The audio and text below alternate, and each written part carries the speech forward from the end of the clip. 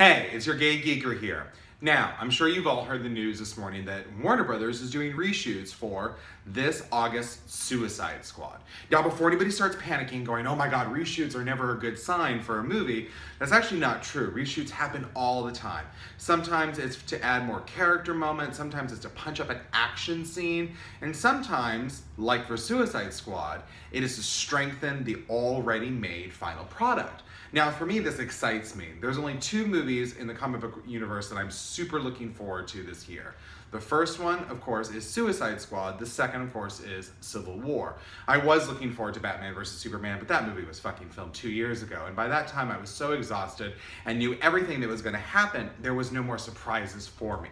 Now, I think it's great that Warner Brothers is not so much going back to the drawing board in regards to Suicide Squad, but looking at it going, hey, we don't have a lot of love from DC fans in what we did with Batman vs. Superman. So instead we're going to do a quick course correction with Suicide Squad, make a better film that's going to be able to jump across all sorts of different audiences and have a success on our hands. Now, Batman vs. Superman is a huge global success, but at the end of the day, you have to answer to your shareholders.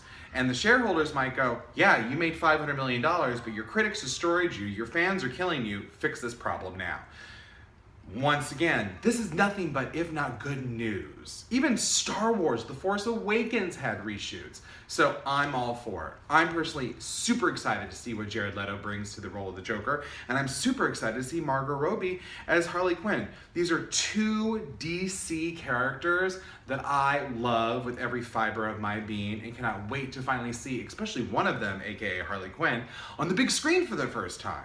So before we start as a bunch of, geeks and nerds and an online community going, maybe Suicide Squad is in the exact same trouble that Batman vs. Superman is in, let's just realize it's all par for the course of how to make a movie inside this business known as Hollywood. Hey, I'm excited. The second piece of news, of course, that came out today is that now Warner Brothers, as well as DC, is going to have a more hands-on approach into the filming of Justice League Part 1.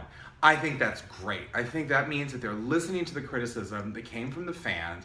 They're listening to the worries, the complaints, the stuff that people liked and the stuff that people hated, and they're going to have a more hands-on approach, making sure this DC universe is a huge success, because it's going to be a huge success no matter what, because it's Batman, it's Superman, it's Wonder Woman, it's cultural icons.